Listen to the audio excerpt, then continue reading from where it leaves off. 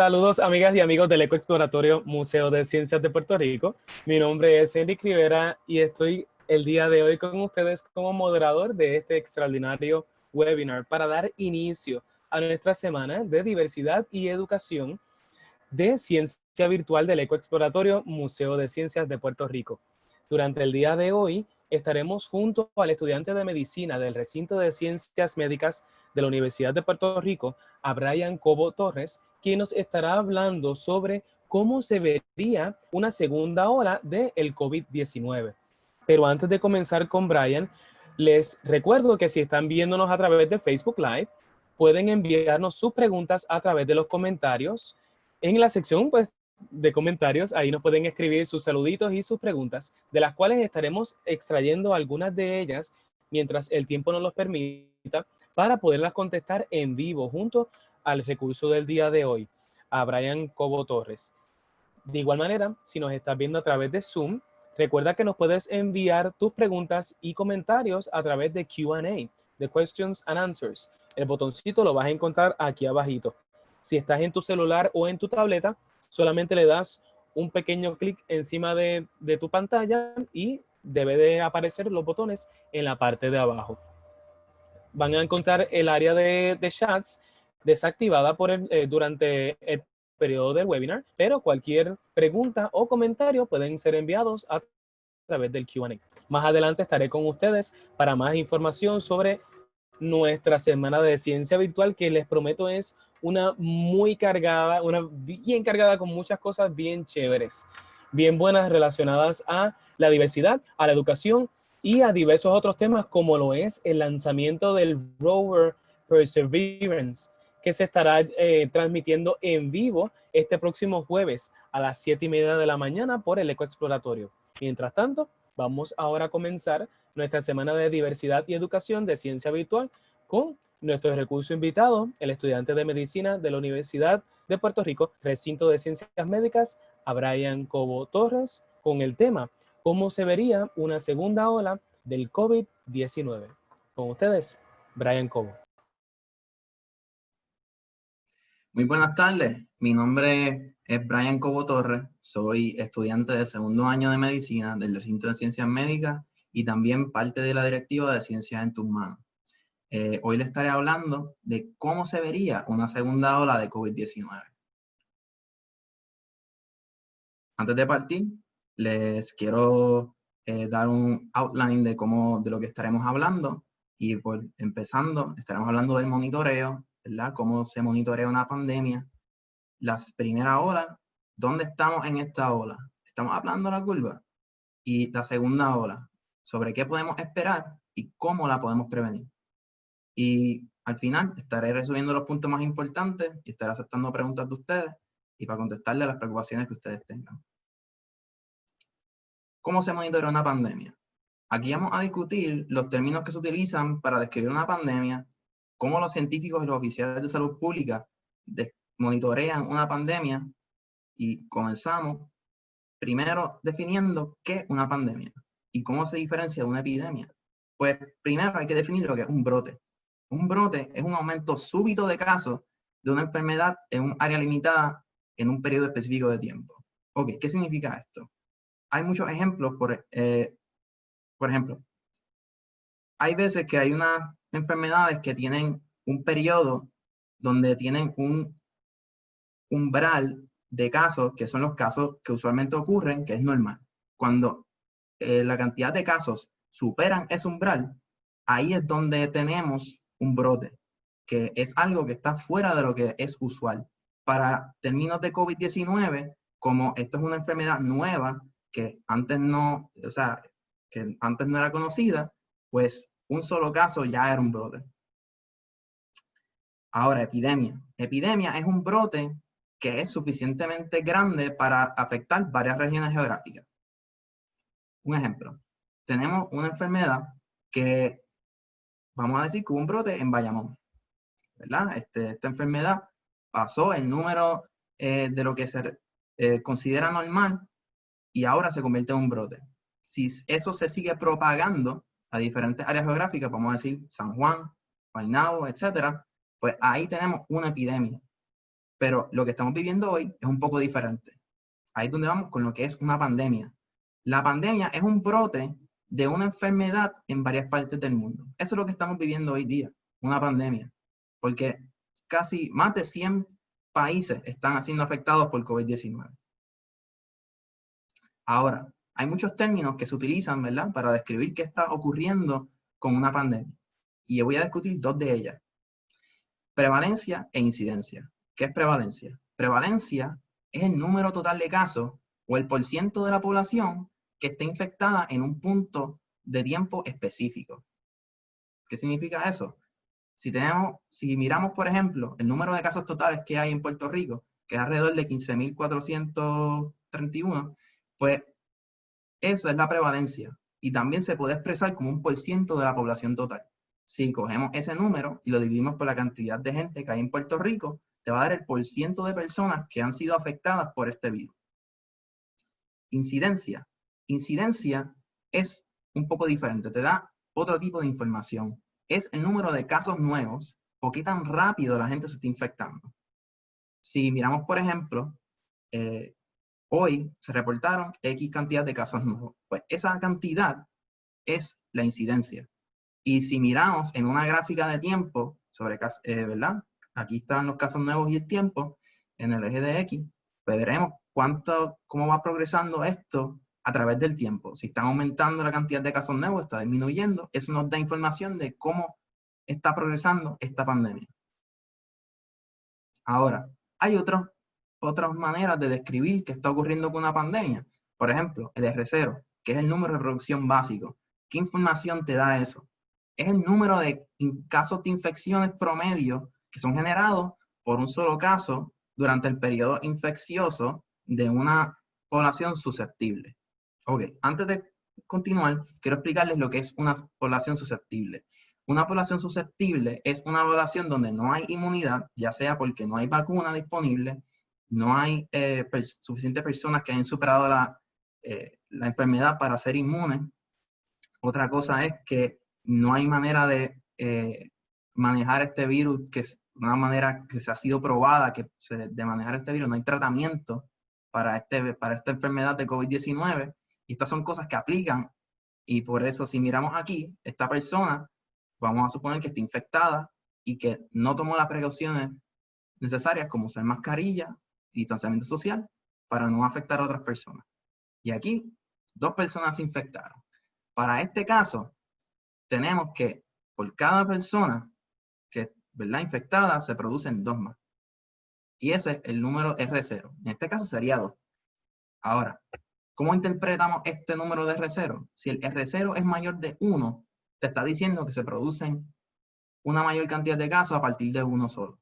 En otras palabras, se está propagando el virus con más velocidad. Sin embargo, si el R0 es menor de 1, el virus se sigue propagando, pero con menos velocidad. Y eso es lo que nosotros queremos llegar. Ahora mismo, para COVID-19, el R0 estimado general es alrededor de 1.9 a 5.7. Ahora, letalidad versus sobrevivencia. ¿Qué información nos da eso? Es otra manera, otras medidas de monitoreo de una pandemia. Por ejemplo, letalidad es el número de personas infectadas que murieron por la enfermedad. En otras palabras, es el número de muertes sobre casos totales. Y en sobrevivencia, estamos hablando de los casos que se recuperan y no se mueren. Y esto se calcula también usando el número recuperado sobre casos totales. Por ejemplo, aquí tenemos esta población. Y nosotros tenemos que esta cantidad de personas son los casos totales. Para calcular letalidad, tenemos que ver cuántas personas se murieron de todos los casos totales. Pues aquí vemos que solamente una. Y así se calcula la letalidad. El porciento de letalidad se calcula, ¿verdad? Las personas que murieron sobre el caso totales por 100, se da el porciento. Y sobrevivencia, mismo principio. Las personas que se recuperaron sobre los casos totales por 100. Ahora, quiero hablarles un poquito más de qué está pasando en Puerto Rico con la primera curva. ¿En dónde estamos? Yo quiero discutir el progreso de la pandemia y hacia dónde nos estamos dirigiendo. En Puerto Rico, para el día de hoy, para mañana de hoy, habían 15.431 casos. Y de esos casos, 2.752 se han reportado en la última semana. Y se han registrado 201 muertes. Pero para ver el progreso tenemos que mirar qué ha pasado a través del tiempo en Puerto Rico. Aquí estamos viendo la cantidad de casos nuevos reportados por día de COVID-19 en Puerto Rico. Y si miran para acá, estamos viendo las fechas en las que fueron reportados estos casos. Aquí esta escala es para casos por día y esto es representado por las barras azules que ustedes están viendo. Y esta escala aplica a la línea de tendencia de los últimos 7 días. Y para que entiendan eso un poquito mejor, les voy a explicar. Mira, por ejemplo, en este punto de aquí, ¿verdad? Es la suma, o sea, el promedio, perdón, de los últimos 7 días, ¿verdad? De casos nuevos que se reportaron. En otras palabras, este punto te está diciendo la tendencia de los 7 días anteriores. Y así consecutivamente por cada día. Entonces, la razón por la cual están graficadas juntas es para poder ver cómo la cantidad de casos nuevos influencia la tendencia. Y así podemos tener más información sobre qué está pasando. Pues mira, si vemos en Puerto Rico, para este punto en la pandemia se declaró un estado de emergencia y el primer toque de queda de 9 a 5.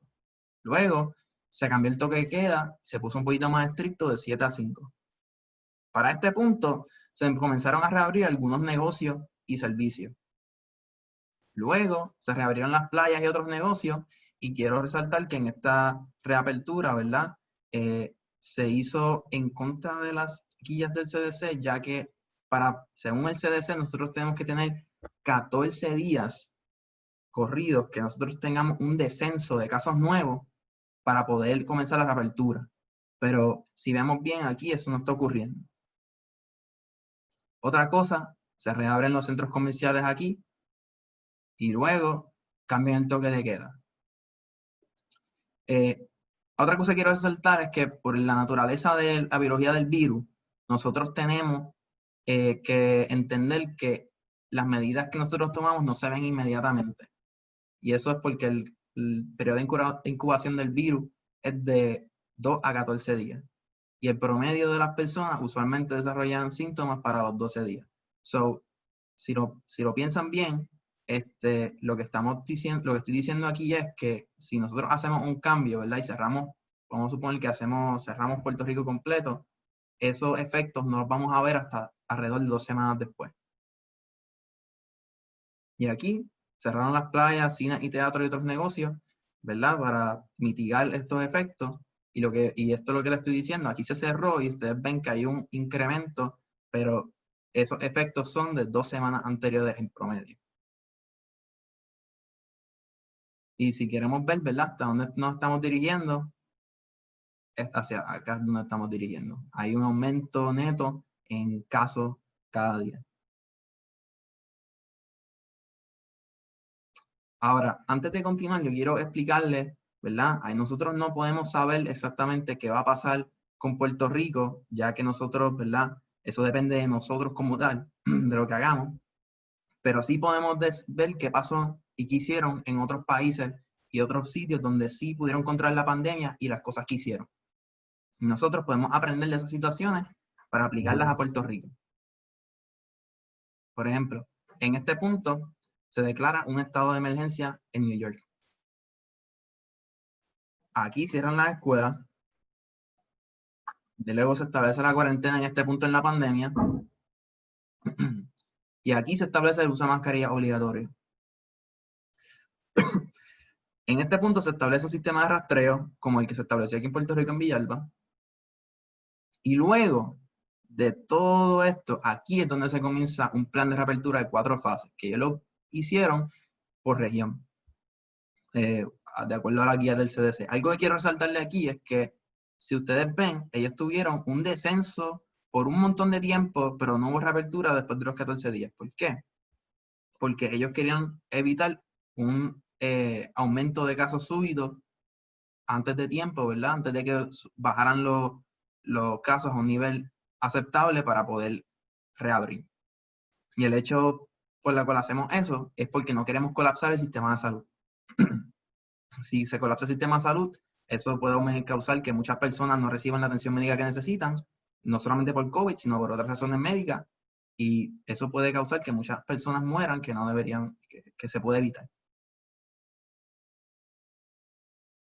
Ahora, si comparamos Puerto Rico con Nueva York, obviamente Nueva York es un lugar mucho más grande y tiene mayor densidad poblacional que Puerto Rico, aquí estamos ajustando por eso. Y la forma en la que hacemos eso es con una escala logarítmica que nos está dando el cambio proporcional de casos, ¿verdad? De New York versus Puerto Rico. Entonces, como podemos ver aquí, New York tuvo un aumento súbito de casos. Luego, cuando ustedes ven que esto está aquí medio flat, eso significa que el cambio, ¿verdad? El aumento o el cambio de casos ha sido constante. Y cuando va disminuyendo, que el cambio va disminuyendo. Ya, igual, aquí para Puerto Rico, tenemos un aumento neto que estamos viendo. Y si ustedes ven, aquí hay un punto de inflexión donde se supera la tasa de aumento de New York. En otras palabras, Puerto Rico proporcionalmente está aumentando más, la tasa de aumento es mayor que la de Estados Unidos. Es algo que hay que estar pendiente, ¿verdad? Porque no queremos dirigirnos a un pico más alto del que podríamos llegar si tomamos las medidas necesarias. Unas cosas de las que podemos hacer, ¿verdad? Para aplanar esta curva y no llegar a ese pico tan alto, tenemos que hacer estas prácticas bien estrictamente. Una de ellas es lavado de manos. Lavado de la mano frecuente por 20 segundos con agua y jabón. Importante, con agua y jabón. Especialmente luego después de tocar superficies que pueden estar contaminadas o si se van a acomodar la mascarilla y ustedes tocan la parte de afuera. Eso es algo bien importante que ustedes tienen que tener, que tienen que lavarse las manos después de tocar la cantidad de veces que las tocan. Y la razón por la cual eso es importante es porque si hay virus en el ambiente y ustedes están usando la mascarilla para protegerse, el virus se aloja en el filtro de la mascarilla y si ustedes tocan, se van a contaminar las manos y si ustedes después se tocan los ojos, la nariz o la boca, eso puede contaminarlo y eso pues no es bueno. Y si miramos, ¿verdad? El uso de mascarilla es importante. Les voy a explicar por qué. Es importante cubrirse la nariz y la boca, las dos. No pueden ponérsela por acá porque si no, no están haciendo nada. Así que tienen que cubrirse toda esta parte. Y tienen que asegurarse que la mascarilla encaje bien. Y hay que usarla correctamente, ¿verdad? Y descartarla si es desechable y lavarla después de cada uso si es reusable. Y distanciamiento social. Otra cosa que es bien importante. Trate de salir de su casa lo menos posible y cuando salga, procure mantener una distancia de por lo menos 6 pies. Y evite lugares que estén muy poblados, ocupados, y en especial si son lugares cerrados con aire acondicionado, porque esas partículas, ¿verdad? Como uno está hablando, etcétera, aunque se reducen en los sitios que son, vamos a suponer que alguien no se puso bien la mascarilla y está respirando, ¿verdad? Uno produce unas partículas que no se pueden ver, que son bien pequeñas, que pues si uno está infectado van a tener el virus y eso sigue recirculando por el aire acondicionado, porque son tan livianas y tan pequeñas que tardan un montón en asentarse en el suelo, así que están una cantidad considerable de tiempo recirculando. Es bien importante tener eso en mente. Otra cosa, monitoreen su salud, estén pendientes a su salud. Si ustedes se monitorean constantemente, ¿verdad? Tienen que velar por síntomas comunes de COVID-19, como es la tos seca, la fiebre, vómito, diarrea, falta de aire o dificultad respiratoria. Y si usted nota alguno de estos síntomas, usted tiene que buscar atención médica y tomar las precauciones necesarias para evitar propagar el virus, ¿verdad? Hay que cuidarnos unos a los otros y empezamos cuidándonos a nosotros. Pues si nos cuidamos a nosotros, cuidamos al prójimo. Ahora, yo sé que esto de cuarentena no es fácil, pero la razón por la que lo estamos haciendo es porque le estamos tratando de dar un tiempo apropiado a las diferentes agencias que se encargan de desarrollar tratamientos y vacunas para ¿verdad? Poder desarrollar las mismas. Y ¿verdad? La vacuna todavía no tiene un día establecido cuándo va a salir, pero muchos expertos, incluyendo el doctor Anthony Fauci, estiman que una vacuna podría estar disponible a la mitad del año 2021. Y según reporta Mayo Clinic, para nosotros llegar a la inmunidad colectiva, ¿verdad? Para poder terminar con este toque de queda y esta cuarentena, nosotros tenemos que llegar a un mínimo de un 70% de la población de que estén inmunes. Esta inmunidad, ¿verdad? Sea por vacunación o recuperación de enfermedad. Obviamente preferimos vacunación porque así evitamos, ¿verdad? Que más personas mueran de lo que se necesita. Y nosotros no queremos evitar la mayor cantidad, o sea, las muertes, ¿verdad? Porque eso es algo que nosotros no queremos, es tener muertes de más que se pueden evitar. Ahora, hay dos vacunas que se han hablado mucho, que son la de Oxford y la de Moderna, que son las más prometedoras. La de Oxford se encuentra en fase 3 y la de Moderna en fase 2. ¿Qué significan estas fases? La fase 1 es cuando se hace un estudio pequeño de personas saludables para ver si la vacuna crea una respuesta inmunológica en la persona. En otras palabras, ¿es inmune o no? Estamos viendo si en realidad eso está pasando, si la vacuna funciona. Luego, después de probar eso, un grupo pequeño se lleva a un grupo de cientos de personas. Y luego de ese grupo de cientos de personas, ¿verdad? Que se haya probado, se establece la fase 3, que es cuando son más como miles de personas que se evalúan, y luego de esa fase, ¿verdad? Que se superen apropiadamente y de forma eficiente, que se pueda probar que esta vacuna no solamente sea eficiente, sino segura para el público general, pues se aprueba. Hasta ahora no hay ninguna aprobada, pero estas dos son las más prometedoras que hemos visto recientemente. Ahora, vamos a hablar para lo que venimos, que la segunda ola de COVID-19. ¿Qué podemos esperar? Aquí vamos a hablar qué podemos esperar de una segunda ola y cómo podemos mitigar los efectos de una segunda ola y si la podemos evitar. Primero hay que preguntarnos, ¿nosotros estamos preparados para una segunda ola? Hay 4 cosas que resaltan los científicos que son las cosas más importantes durante esta pandemia que pueden mitigar o evitar una segunda ola. Y estas son cosas que tenemos que tener en mente. Primero, la política pública. Las medidas de seguridad que se imponen por el gobierno tienen un impacto altamente significativo en la propagación del virus.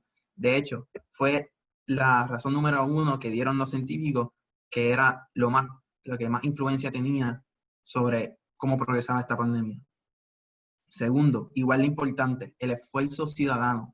La cooperación del pueblo y manteniendo las prácticas de distanciamiento social y otras medidas de seguridad son bien importantes para combatir esta pandemia. El sistema de salud. Nosotros tener la preparación adecuada y la disponibilidad del equipo protector para proteger a nuestro equipo de salud es bien vital para poder mantener la integridad de nuestro sistema de salud y que no colapse.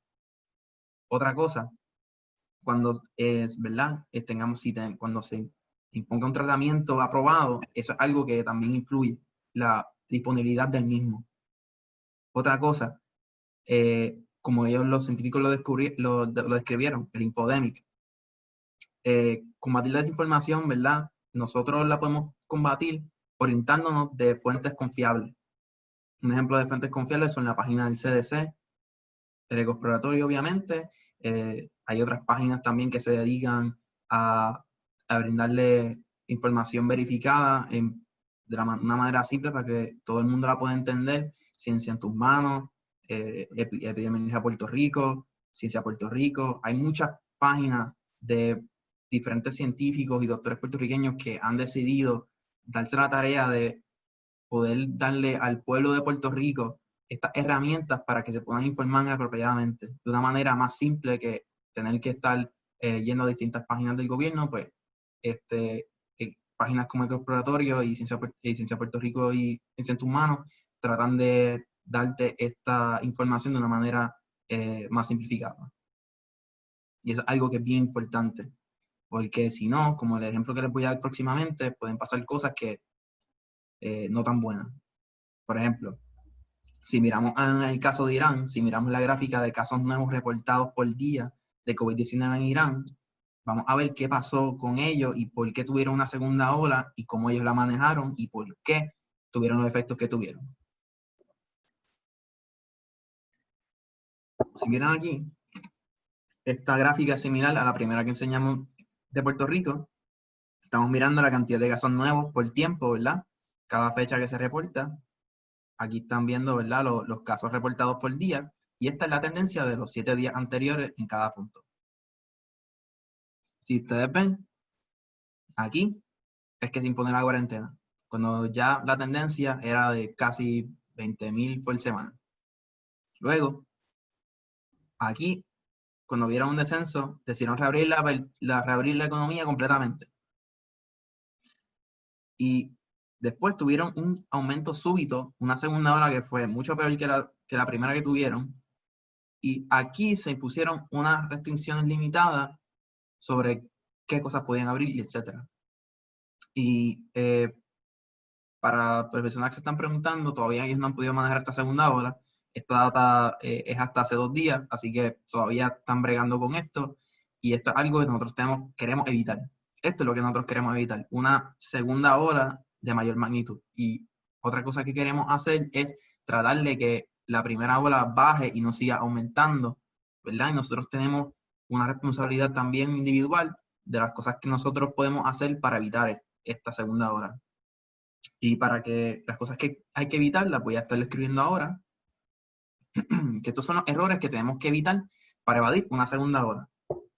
Primero, hay que tener un plan de reapertura que sea viable, un plan de reapertura que en realidad funcione. Y, ¿verdad? Junto a los oficiales de salud pública y epidemiólogos, hay que redactar un plan de reapertura que sea coherente y efectivo.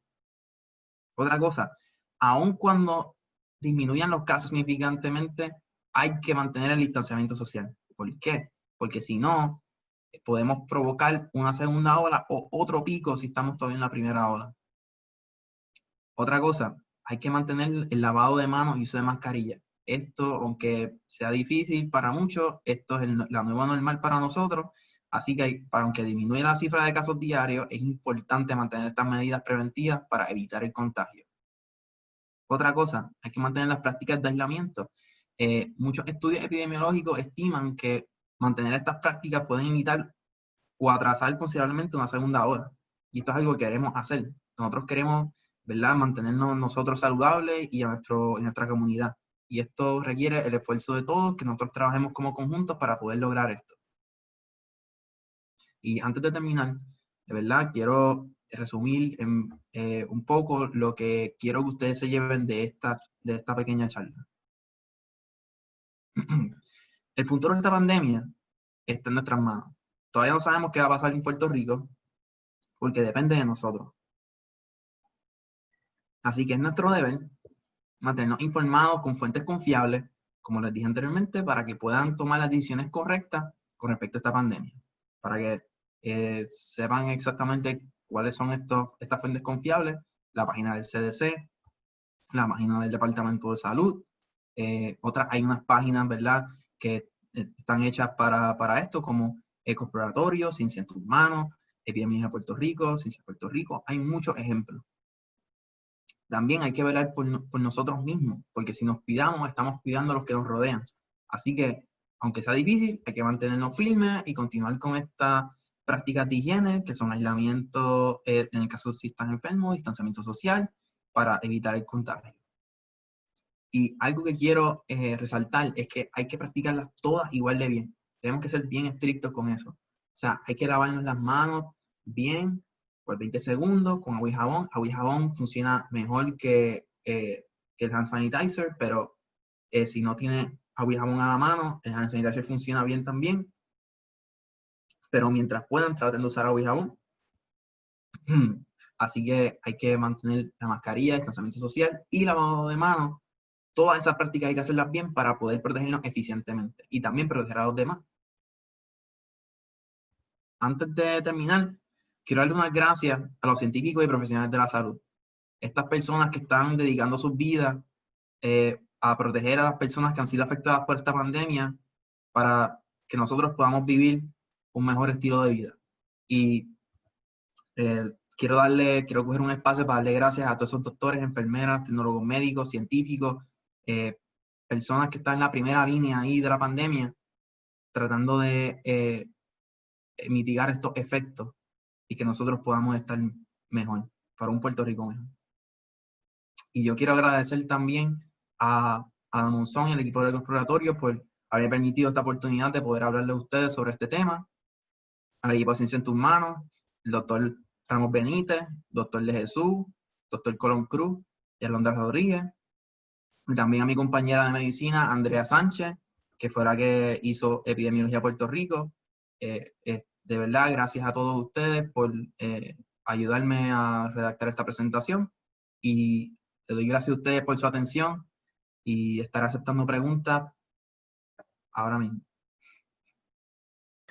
Muchas gracias, Brian, por tan importante charla sobre una segunda ola del COVID-19, porque no podemos bajar sin utilizar el término de manera de relajo, pero no podemos bajar la defensa. Tenemos que mantenernos consistentes con la información que se está brindando, con las recomendaciones que se están brindando para garantizar la salud, no tan solo la salud propia, sino la salud de las personas que nos rodean, de nuestros familiares, de nuestras amistades, de las personas que incluso no conocemos e interactuamos por unos minutos, por unos segundos, y podemos ser de riesgo para ellos. Así que agradezco muchísimo que nos hayas traído esta charla. Tenemos varias preguntitas, pero antes, como de costumbre, pues le enviamos unos saluditos a aquellos que han estado conectados con nosotros, en especial al Club de Leones, el Club León Peñuelas, Peñuelas Flamboyán, al Head Start y Early Head Start de Orocovis y a la Escuela Elemental Urbana Nueva de Lajas. Grandes saludos a ellos que han estado conectados con nosotros en las pasadas semanas. Brian nos pregunta, bueno, fíjate, nos han preguntado muchas personas. Vamos a empezar por esa. Porque hemos mencionado sobre una segunda ola. ¿Cuándo nosotros podemos decir que salimos de una primera ola y estamos en una segunda ola? ¿Cómo uno puede ver, a lo mejor a través de las mismas métricas, esa supuesta ola que se menciona? Bueno, según entiendo la pregunta, es ¿qué está pasando? ¿Cómo nosotros sabemos que se terminó la primera ola? Bueno, pues si vamos para atrás un poquito al ejemplo que yo di de New York, de cómo ellos manejaron, pues ustedes pueden ver aquí claramente, ¿verdad? Que hubo un aumento, hubo un pico y hubo un descenso. Y ese descenso, ¿verdad? Ya cuando llega a un nivel que digamos que apropiado, que es lo que nosotros queremos llegar, donde haya disminuido considerablemente el contagio, ya cuando no sabemos que no ha habido que no sigue, que se mantiene constante y que no hay un aumento, podemos decir que se terminó esa hora. Ahora, obviamente esto puede resurgir, puede que este mismo New York esto no lo sabemos todavía, pero es una posibilidad de que haya una segunda ola, y depende de las medidas que nosotros tomamos para prevenirla o para mitigarla, eso determina la intensidad de esa ola. Y si somos un poquito más estrictos, podemos evitarla. Ya esto está bastante bien documentado en la comunidad científica, y no solamente por COVID, sino por otras pandemias que han habido. Esta no es nuestra primera pandemia y no va a ser la última. Así que es bien importante mantener estas cosas en mente y recordar estas cosas para evitar, ¿verdad? Que haya otra de esta misma magnitud. Por eso es que nosotros tenemos que, ¿verdad?, tomar las medidas de prevención, ¿verdad?, lavado de manos, mascarilla, distanciamiento social, para, ¿verdad?, que la dirección coja más hacia este lado, que es lo que nosotros queremos, que se mantenga estable, pocos contagios, que sea manejable para nosotros para el sistema de salud de nosotros, poder manejar estos casos con la atención que se merecen estos pacientes. Nosotros no queremos tampoco saturar el sistema de salud, ¿verdad? Que haya más pacientes que los médicos puedan atender y que colapse el sistema de salud. Porque eso sería devastador, no solamente para las personas ¿verdad?, que están infectadas por COVID, sino los pacientes de cáncer, hay pacientes que tienen que ir que tienen enfermedades crónicas, que tienen que visitar al hospital regularmente. Son personas que pueden perder su atención médica, no perderla, sino no tener la atención médica que deberían tener, ya que están bregando con alto volumen de pacientes, y eso es algo que queremos evitar. Por eso es que es bien importante, y no solamente para los demás, sino para uno mismo, porque si uno se infecta, uno también va a tener ese riesgo de que no solamente las personas, no solamente las personas, ¿verdad?, se infectan, sino uno también va a estar en ese hospital donde hay muchas personas. La atención médica no va a ser la misma, y es porque por la capacidad que nosotros tenemos. Nosotros tenemos que también evaluar cuál es nuestra capacidad, ¿verdad?, de nuestro sistema de salud. Eso es algo que es bien importante. Pero con respecto a la segunda ola, ¿verdad?, y la primera ola específicamente, ¿verdad?, depende de nosotros, de lo que hagamos, si esto continúa hacia arriba. Bueno, en el caso de Puerto Rico, ¿verdad?, esto es Estados Unidos, pero si esto sigue aumentando o va a disminuir, eso depende de nosotros. Depende de si, ¿verdad?, mantenemos si hemos visto durante todo este tiempo, hemos mantenido un contagio relativamente bajo en comparación a otros lugares, y es porque hemos sido bastante estrictos con el distanciamiento social, etcétera, desde el comienzo. Pero es bien importante no desistir, porque no queremos cometer los errores que se han cometido en otros países, como el ejemplo de Irán, que ellos vieron que estaban disminuyendo los contagios y reabrieron. Y luego tuvieron una segunda ola peor que la primera. Y eso es algo que queremos evitar en Puerto Rico. Nosotros queremos tratar de mantener esa guía, y es bien fácil uno confiarse cuando uno ve que todo está yendo mejor y todo el mundo quiere salir de esto ya. Así que no es bien entendible sentirse así, pero hay que pensar más allá, a largo plazo, y nosotros decir, tenemos que tener cuidado. Y esas medidas, por lo menos por un buen tiempo, vamos a tener que continuarlas. Sí, porque estamos hablando de las ramificaciones que puede tener la cuarentena, por ejemplo. Ahora mismo nosotros en Puerto Rico, por lo que vemos a través de las gráficas y de los números, todavía estamos en esa primera ola, que se refiere a la tendencia en aumento y disminución, que literalmente parece como una olita, una montaña. Eso Una es correcto. segunda ola sería el resurgimiento de esa data, el resurgimiento de contagios, la cantidad de contagios por día, que por lo general es la métrica que se utiliza. Aprovechamos, hacemos una pequeña pausa para agradecer y reconocer la gran labor que hacen nuestros médicos y enfermeros, que están día a día combatiendo y ayudando a mantener la salud y las vidas de cientos de personas que pues día a día son contagiadas.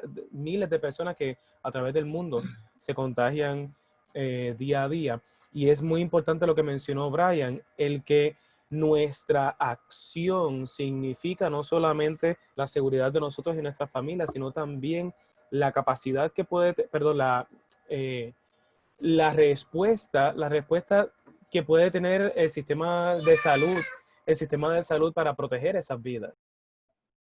Así mismo es. Y es bien importante, como dijiste, ¿verdad?, extender ese agradecimiento, ¿verdad?, no solamente a los doctores y enfermeras, pero sino a esos trabajadores de primera línea, como los policías, las personas que están en las diferentes industrias de comida, manteniendo esos servicios que son esenciales para muchas otras personas. Esas son personas que también tienen una parte bien importante en nuestro estilo de vida, y eso es algo que hay que resaltar. Y de nuevo, hay que agradecer a esas personas, y por lo menos aquí estoy tratando de expresar mi agradecimiento a esas personas y que vemos lo que ustedes están haciendo por nosotros, por la comunidad, y le agradecemos. Y más allá, ¿verdad?, lo que estamos mencionando anteriormente, esto es lo que queremos llegar. Obviamente no queremos llegar a un punto tan alto, pero queremos este tipo de tendencia donde podamos llegar a mitigar esos contagios para poder disminuir y mantener un patrón que sea manejable, bien mínimo, y en pocas personas contagiadas, porque así podemos no solamente estar más seguros, sino reabrir nuestra economía. hay muchas personas que han sido afectadas por los efectos, ¿verdad? El impacto económico que ha tenido esta pandemia, y eso es algo que nosotros queremos evitar. Mientras, si esto sigue aumentando, vamos a tener que tomar esas medidas y queremos tomarlas por el menor tiempo posible. Así que por eso es bien importante lo que nosotros hacemos como individuos, y es bien tentador porque es algo que es difícil también para mí, no poder ver a las personas que extraño, ¿verdad? Y hay veces que uno quiere ver a esas personas, pero hay veces que no se puede porque nosotros podemos ser un riesgo para ellos y ellos para nosotros. Así que es bien difícil cuando uno dice, no, voy a ver a tal persona porque hace tiempo que no la veo, ¿verdad? Es solamente una persona. Solamente una persona puede estar infectada, infectarte a ti, tú no darte cuenta. Tal vez tú eres una persona que desarrolló síntomas, infectas a tu abuela cuando la vas a visitar, y esa persona puede seguir alto riesgo y puede desarrollar COVID-19 severo, que son las historias que ustedes ven, que son el problema con los pulmones, que terminan prácticamente bien afectados por el virus, otras partes del cuerpo, etc. Y es algo bien importante resaltar que no solamente son las personas envejecientes que se afectan. Personas de mi edad y menores se han registrado muertes sin algún problema de salud previo, no solamente en Estados Unidos, sino también aquí en Puerto Rico. Y eso es algo que es bien importante nosotros mantener en mente, de que no somos inmunes a esto, todos somos vulnerables, y nosotros no sabemos exactamente quién va a desarrollar la enfermedad de qué manera. Así que por eso es importante prevenir. Prevenir es lo Y, mejor que podemos hacer. y ese es un factor que desafortunadamente al principio, al ser un virus novel, al no conocer mucho de este virus, al principio se decía que este virus solamente afectaba personas de avanzada edad, personas con un sistema inmune comprometido, pero hemos visto de que no solamente personas de 60, 50 años en adelante se ven grandemente afectadas, sino que todos tenemos nuestro nivel o sea, todos podemos estar en peligro de este virus, y es muy importante la consistencia. Es algo que se puede mitigar, que es la consistencia de técnicas de rigor, o sea, el lavado de manos. Aquí pues tenemos que esperar a que surja una vacuna, porque mencionaste ahorita que una vacuna no sale de la noche a la mañana, ¿correcto? Eso es muy correcto. Y la razón por la cual las vacunas tardan tanto no es solamente por la cantidad de investigación y esfuerzo de los científicos para poder determinar eh, cómo se puede construir esta vacuna, sino también una vez ya se encuentra el material para poder hacer una vacuna, se necesita también estudios extensos que son bien estrictos para determinar si esta vacuna en realidad puede llegar hacia el público general, porque nosotros tenemos unas medidas y unas bien estrictas, con todo y que se está trabajando de una manera más rápida del usual, esos estándares se siguen manteniendo igual de estrictos, ya que es la salud de todos, y por eso es que se toman estas medidas. Y yo sé que estamos en momentos extraordinarios, pero como quiera, para términos de desarrollo de vacunas, sí se están tomando las precauciones de si esta vacuna sí es eficiente y también segura Y para... saludable, seguro. Exacto, porque eso es algo que no hay compromiso en ese aspecto. Eso es algo que quiero resaltar. Que sé que es una preocupación de muchas personas, pero en ese aspecto quiero que estén tranquilos en el hecho de que sí se toman las medidas. No es que no se están tomando ahora porque hay pandemia. Al revés. Esto es algo que está en la prioridad de todos los científicos y doctores que están trabajando en estos tipos de proyectos. Y con lo que mencionaste, ¿verdad? De que antes se pensaba, ¿verdad? Que solamente iba a afectar a gente anciana, etcétera. Primero tenemos que, ¿verdad? Evaluar de dónde viene, cómo nosotros determinamos eso, ¿verdad?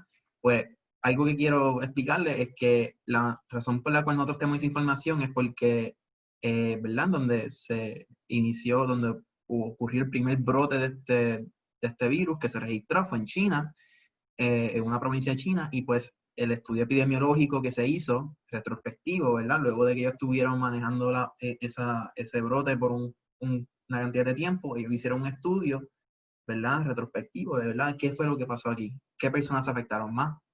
¿Verdad? ¿Cuáles fueron las personas que murieron? ¿Cuáles las personas que murieron tenían condiciones persistentes? Y si las tenían, ¿cuáles eran? Y así ellos, haciendo esos estudios, ellos determinaron, mira, pues aparentemente esto es lo que está pasando aquí. Pero como cuando ya esto es una pandemia y se ve que está en diferentes sitios con las personas que tienen un componente genético diferente, etcétera, son diferentes poblaciones, diferentes costumbres, ahí se ven cosas diferentes. Otra cosa es que el virus también está mutando.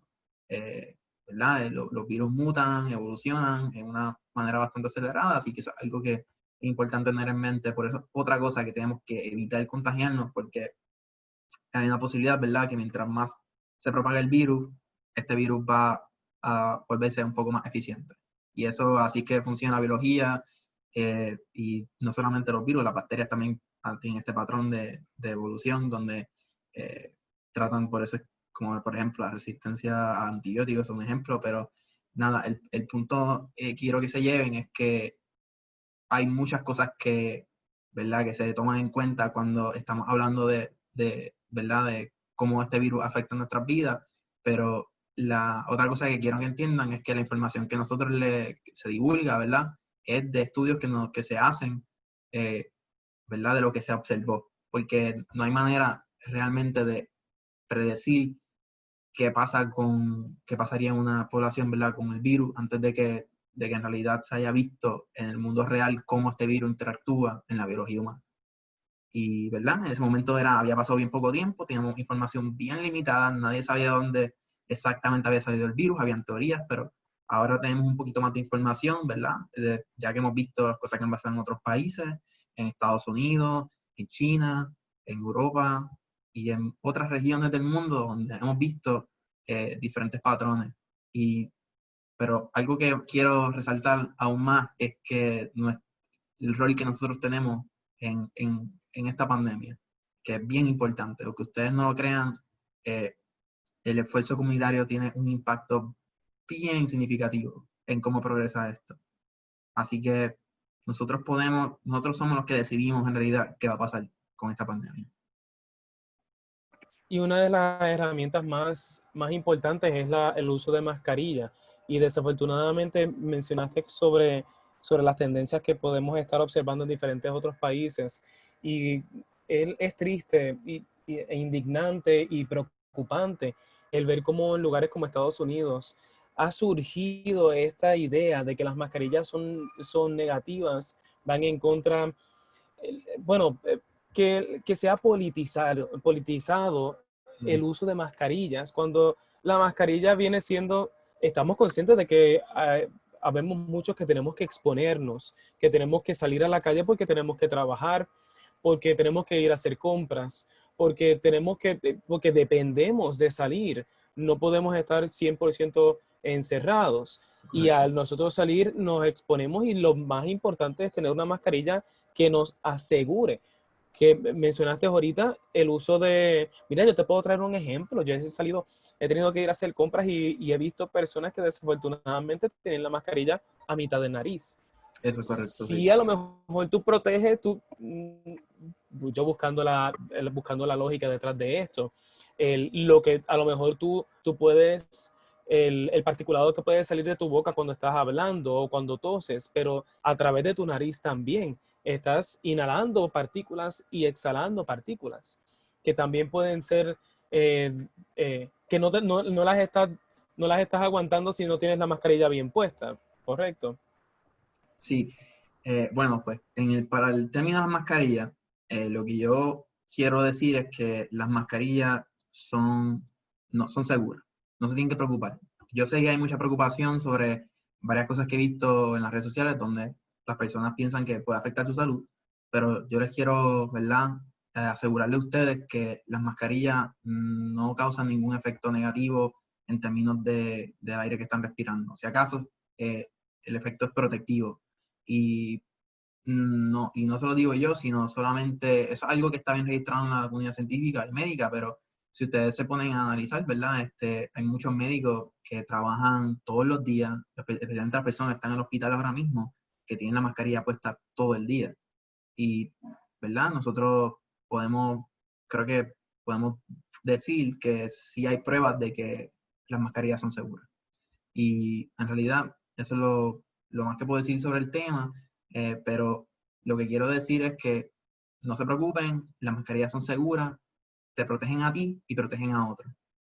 Y eso es lo que yo quiero que ustedes se lleven, que esa parte es bien importante, porque nosotros no lo podemos ver, pero sí, cada vez que hablamos, respiramos, hay partículas que salen, que se crean en este proceso donde estamos respirando y, la fisiología humana nos ha permitido, aunque estemos cubiertos con una mascarilla, poder mantener nuestros niveles de oxígeno normales, el pH de la sangre normal, todo eso porque nuestro cuerpo tiene unos mecanismos donde se ajusta para compensar por ese cambio. Y es algo que deberían tener en mente, ¿verdad? Que estas mascarillas son seguras y que no hay nada que preocuparse en el sentido de que la mascarilla no va a tener efectos negativos en tu salud.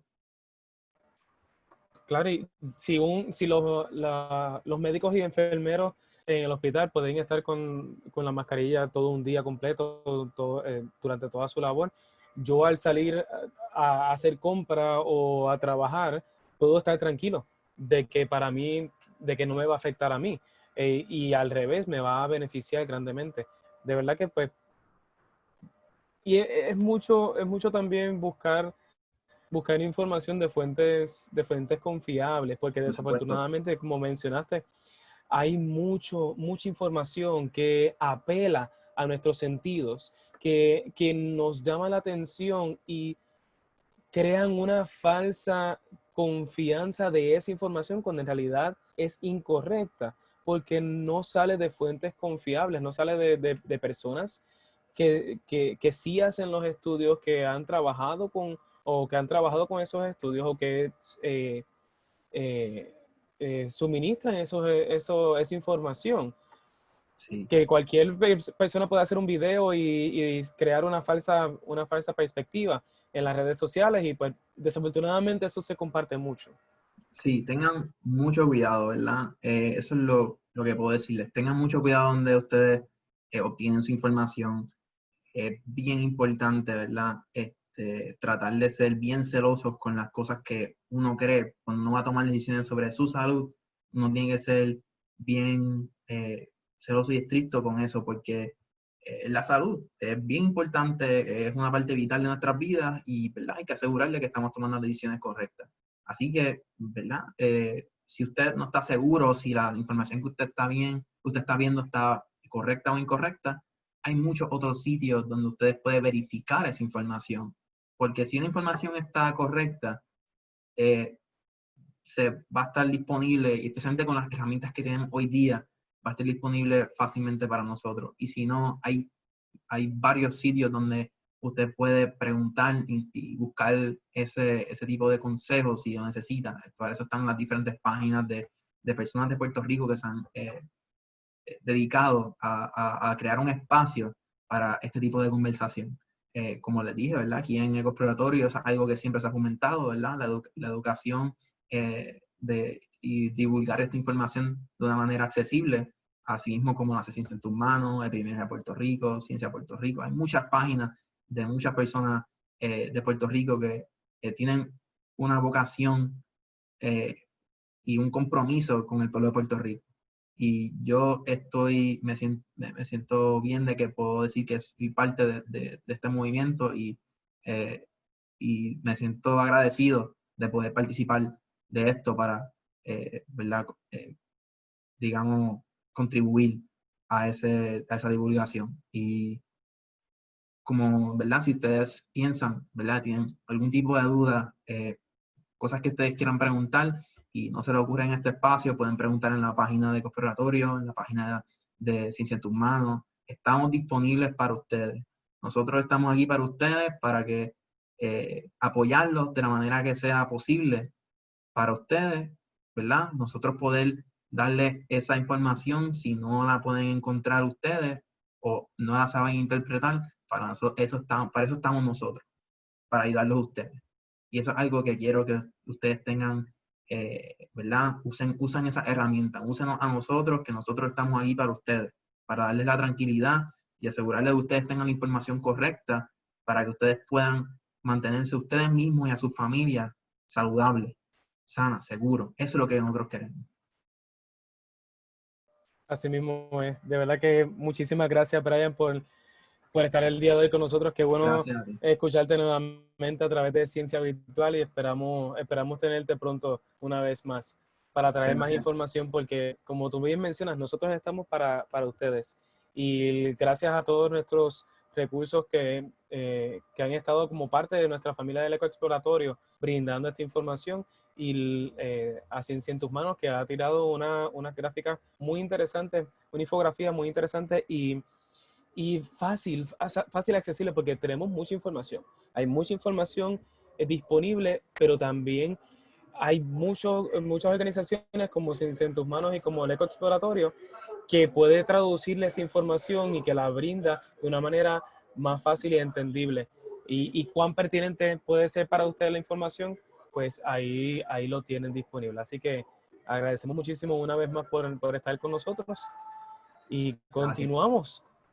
Continuamos con Ciencia Virtual esta semana, la edición Diversidad y Educación de nuestra gran plataforma virtual del Ecoexploratorio Museo de Ciencias de Puerto Rico, que es traído a ustedes por nuestros auspiciadores, por Amgen, First Bank, Goya, Cooper Vision, Donativos Legislativos, Puerto Rico NASA Space Consortium, NASA, WAPA, WKQ 580 y Selectos. Gracias a ustedes por hacerlo posible. Y si ustedes en sus hogares quieren ayudar al Ecoexploratorio a hacerlo posible, pueden hacerlo a través de un donativo. La cantidad del donativo es la que ustedes desean y tengan para podernos brindar. No hay una cantidad pequeña o grande. Para el Ecoexploratorio, toda donación es más que bienvenida y agradecida. Pueden hacer lo mismo a través de ATH Móvil. Pueden seleccionar donación, donar a una entidad y nos busca como Ecoexploratorio. Gracias por ayudarnos a hacerlo posible. Agradecemos a Brian Cobo Torres, estudiante de medicina de la Universidad de Puerto Rico, recinto de Ciencias Médicas, por estar el día de hoy con nosotros, trayéndonos la información más reciente sobre una posible segunda ola. ¿Cómo se vería esa segunda ola de COVID-19? Y esperamos que hayan disfrutado y hayan salido más informados de este webinar. Muchas gracias a ustedes por su continuo apoyo a Ciencia Virtual y los esperamos mañana con más de el Ecoexploratorio Museo de Ciencias de Puerto Rico. Que pasen todos buen día.